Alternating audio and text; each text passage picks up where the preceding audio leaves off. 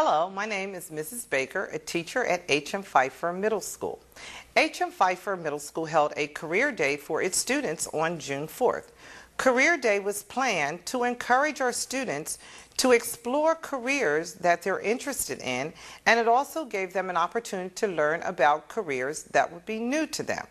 Career Day connects students with many different professions and gives community members an opportunity to share in their expertise. This should also help students relate the courses that they're taking in school now to possible careers in the future. Let's take a look at some interesting careers presented by students here at H.M. Phifer Middle School.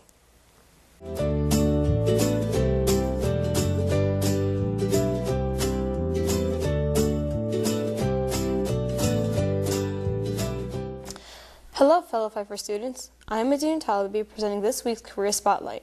Today we're going to talk about what an audiovisual technician does and what it takes to become one. Audiovisual technicians basically operate and maintain equipment used at various live events. They must know how to operate and repair a wide array of equipment such as microphones, video recorders, projectors, lighting, sound, amplifiers, just to name a few of their many duties. Let's take a look at the video. There's an old saying in the theater. Everyone has two fields of expertise, their business and show business. Most of us love to be entertained, and with television shows and magazines that focus on the entertainment business, people know a lot more now about what goes on behind the scenes than they did in the old days. Even so, the headlines make it seem as though it's possible for anyone with talent to make a lot of money in this industry. Gene Dillard reports. That's not necessarily true. Thousands of people make a good living working in the arts and communications, yet only the fortunate few pull down superstar salaries. Even at less exciting levels, working in this field can be very rewarding because you get a chance to combine creativity with talent and technical skills. From camera operators and equipment mechanics to musicians, actors, directors, and producers, those who work in arts and communications serve clients. The client might be the audience for a movie, an advertiser in search of the perfect product illustration, a homeowner wanting a new look for a living room, anyone needing creative services. Even the most creative enterprise must operate on a budget and satisfy the end user. So to work well in this field, you need to understand what's wanted for a particular task. If you specialize in merchandise display, you need to know just what kind of customer the retailer wants to attract. This is a look from the runway. If you're a radio announcer, you need to know the age and taste of the audience your station is trying to reach. It will be approved for Attorney General, but today his toughest opposition is set to testify. In every case, to make a living in arts and communications, your creativity and skill has to find an audience. If you work for an employer, you'll probably be given direction about how to make that connection. If you work for yourself, freelancing as an actor, artist, designer, writer, or musician, you might have an agent represent you to potential customers. Even those with technical skills, such as broadcast technicians, might seek representation for regular employment, or they might work for a media enterprise, such as a broadcasting or cable network. Have you been following this story for a while? This field also encompasses journalism, which serves the higher goal of truth. Reporters and correspondents do try to reach an audience, and they hope to earn paychecks, but they usually try not to let the audience and employer affect their objectivity. They strive to tell it like it is, providing information that is not influenced by people in power, such as the advertisers that support their publication or program, or the government. Indeed, a free press, unrestrained by censorship, is one of the fundamental tenets of our democracy. Where a manhole cover has exploded. Whether on location with a big production or doing small individual projects, people in arts and communications are never alone. Their work connects them to the world. Many employers look for a degree in audiovisual technology or a related field. A bachelor's degree in journalism, broadcasting, or communications is also helpful in this field. Perhaps this challenging and dynamic career is one that might interest you.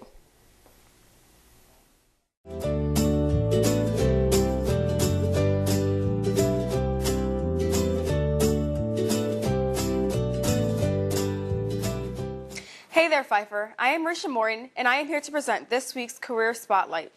How many of you have ever been on a cruise? Maybe you have or perhaps would like to one day. Do you have an interest in the culinary arts? Can you imagine a career that combines the two? Have you ever considered working on a cruise ship as an executive chef? Look here for the video. Hi there, this is Rose. I've been working as a chef on cruise liner for 3 years. My greatest dream is to become the industry's best chef. But look at me now. I'm here and having a good time cooking for passengers on cruise ships.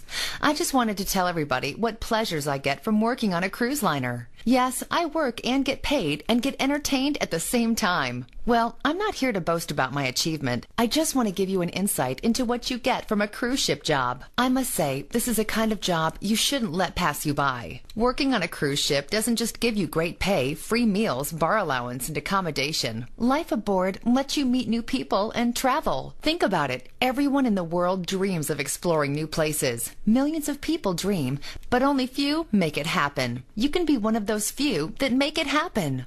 All you need is the right information, and you too can land a job on a cruise liner just like I did.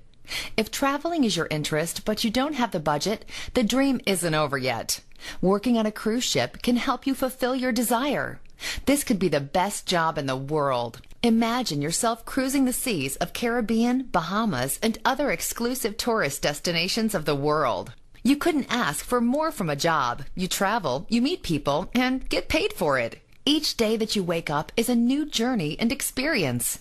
Just like watching Discovery Channel, except you're part of the adventure. Working on a cruise ship, you will meet people, learn their culture, and share yours. Meeting new people of different nationalities is one of the best ways to experience what life is really about. Cruise line jobs prove that experiencing new things never stop. Due to high demand, most cruise lines hire thousands of staffs in different positions each year. This means there is a position on a cruise ship waiting for you. Think again. High salary, free travel, good allowance. Does it sound tempting? Are you in a dead-end job now? Experience life and the world today. Get a cruise ship job today.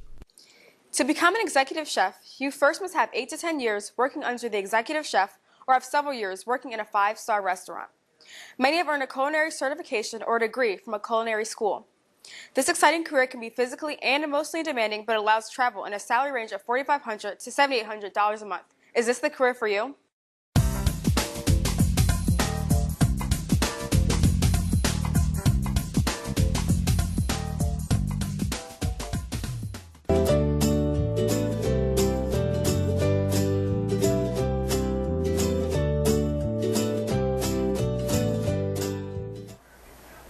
Hello Phifer students, my name is Joshua Hall, and I'm going to tell you a little bit about what a forensic scientist does.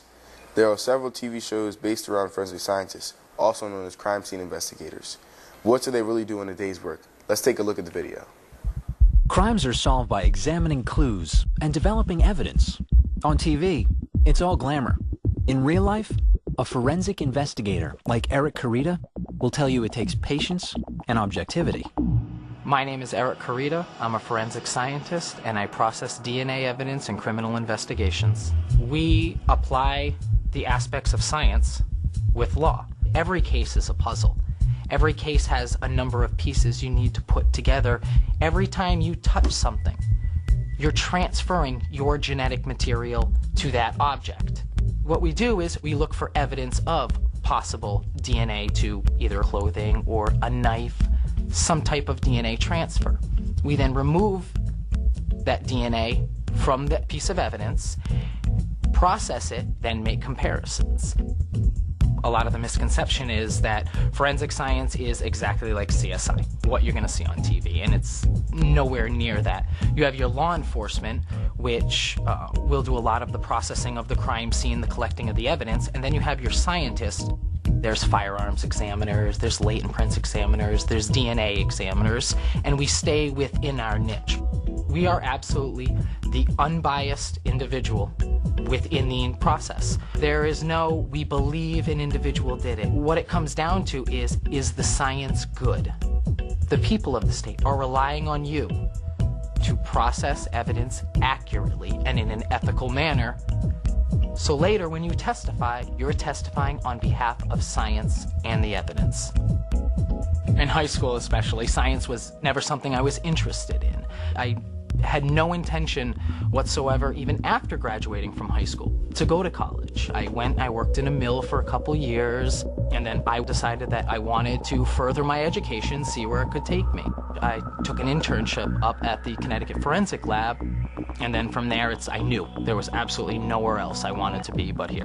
You're constantly learning every single day through either a new piece of evidence or interaction with your colleagues. We'll have to call the submitting agency and let them know, and they can take it from there. You need to be able to communicate all the information pertaining to any one particular case with each other so you can get a better understanding of the case as a whole. The most exciting aspect to the job is that you never know what type of case is going to come in, how high of a profile the case is going to be. I never thought I'd ever have a job where I wake up in the morning, I look in the mirror, and I say, I cannot wait to get to work.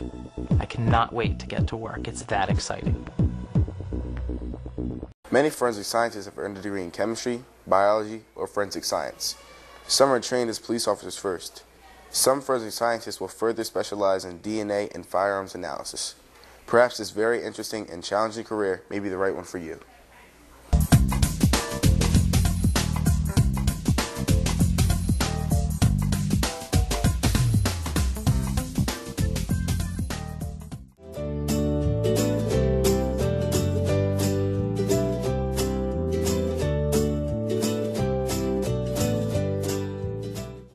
Good morning, Phifer Middle School.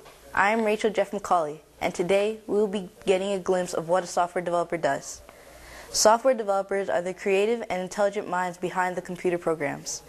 Many software developers work for computer design systems, service firms, or software publishers. Let's take a look at this video.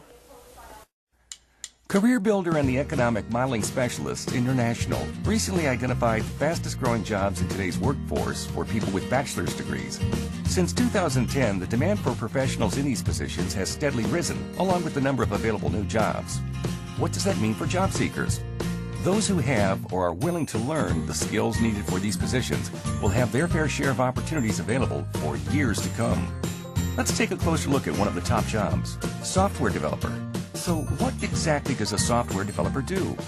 Software developers are the creative minds behind computer programs. Some develop the applications that allow people to do specific tasks on computer or other devices. Others develop the underlying systems that run the devices or control networks. Software developers are highly skilled and highly in demand. The number of software developer positions in the U.S. has grown 7% since 2010. That's significant growth in just a few years. And right now, there is one active candidate for every 10 jobs posted for this position. If you're looking for jobs in software development, you'll find even more opportunities by searching for alternate job titles that are closely related to software developer, such as the web developer, computer programmer, information security analyst, or computer systems analyst. Now let's take a look at the top skills and traits needed by workers going into software development roles. While 50% of software developers have a bachelor's degree, the educational levels for this role vary, with nearly 30% going on to get their master's. Many software developers have pursued secondary education courses in areas like computer science, information technology, and information science studies. But what does it pay, you ask? The median annual national salary for a software developer position across all experience levels is $92,500. If being a software developer sounds like a position for you, there's good news. Employers are hiring right now. If you are interested in becoming a software developer, you want to at least get a bachelor's degree in computer science. Software developers also have strong computer programming skills. The average software developer makes about $95,000 a year, and the job outlook is expected to grow by 22%, which is much faster than average. Is this the career for you?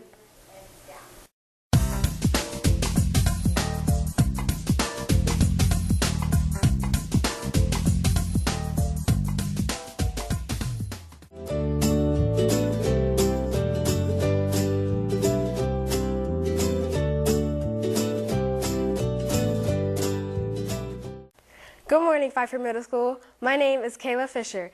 I'm here to present our weekly Career Spotlight. Are you the creative type? Do you enjoy art class? If so, we may have the career for you. Today we are going to explore what an art director does. Now let's take a look at the video. As the art director here, I handle print media, I handle a lot of the front-end web design, I handle SEO behind the scenes for the marketing department.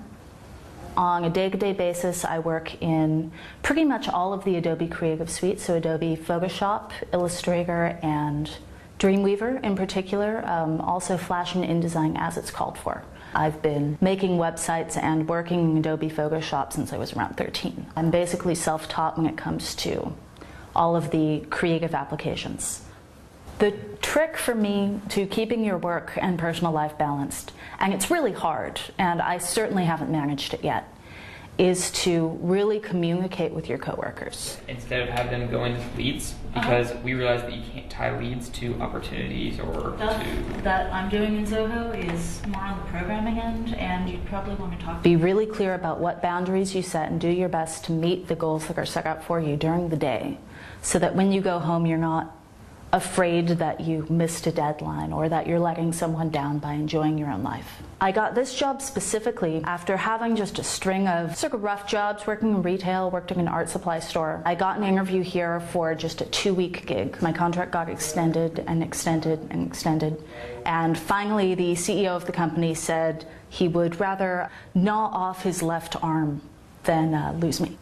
The thing I love most about my job is the flexibility that I get. I get to wear a lot of different hats. I get to have a hand in pretty much every aspect of the creative process here. I have a boss and a company that are really open to letting me learn new things, letting me make mistakes on the job, which is an inevitable part of the process. It's really important to have a web presence. People need to be able to Google you. I got this job based on a work portfolio that I had on my website.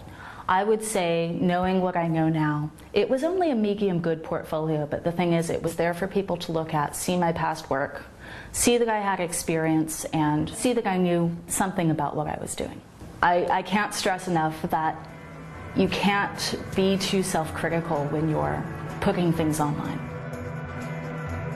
I think there's a tendency for a lot of people going into art to judge themselves really harshly and hold their creative output back because they don't think it's good enough.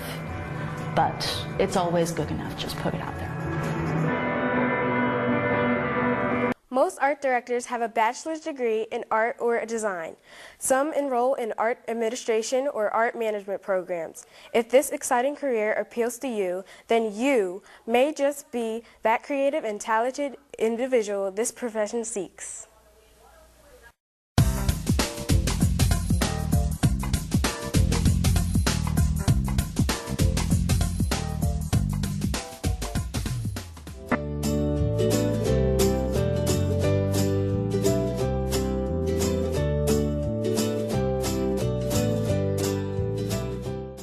Good morning, Phifer students. This is Julie Ortiz bringing you this week's Career Spotlight. Today we are going to explore the occupation of being an event planner. Are you the type of person that likes to take charge of a party? Do you enjoy entertaining and making sure everyone at the function has a great time? If so, event planning might be the occupation for you. Let's take a look at the video. Career Builder and the Economic Modeling Specialist International recently identified the fastest growing jobs in today's workforce for people with bachelor's degrees. Since 2010, the demand for professionals in these positions has steadily risen, along with the number of available new jobs. What does that mean for job seekers? Those who have or are willing to learn the skills needed for these positions will have their fair share of opportunities available for years to come. Let's take a closer look at one of the top jobs, meeting and event planner. So what exactly does a meeting or event planner do? Meeting, convention, and event planners run the show. They coordinate all aspects of professional meetings and events, including location booking and transportation arrangements.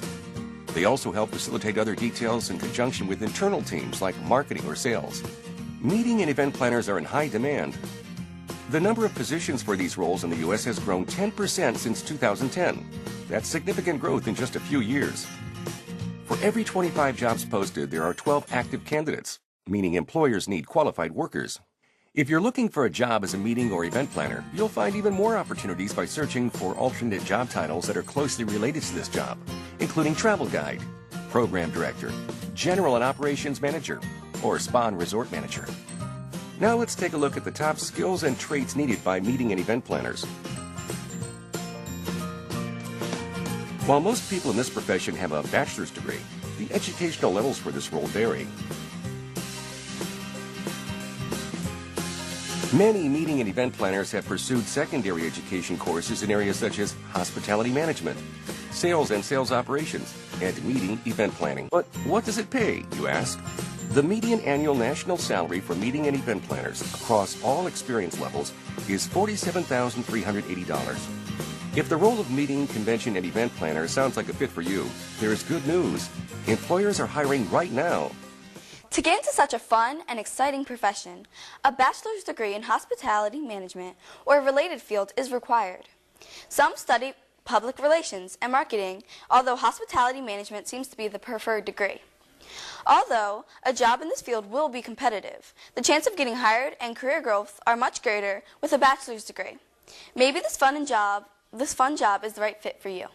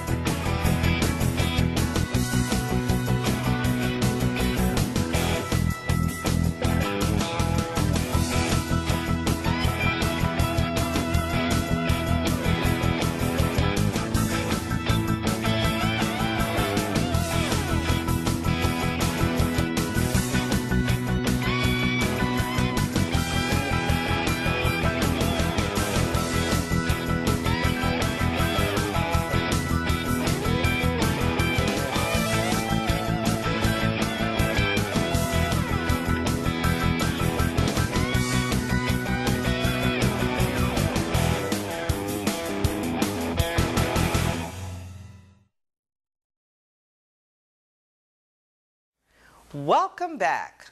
Hopefully you saw a career that you found interesting. If so, I encourage you to research your interests and start planning for your future now.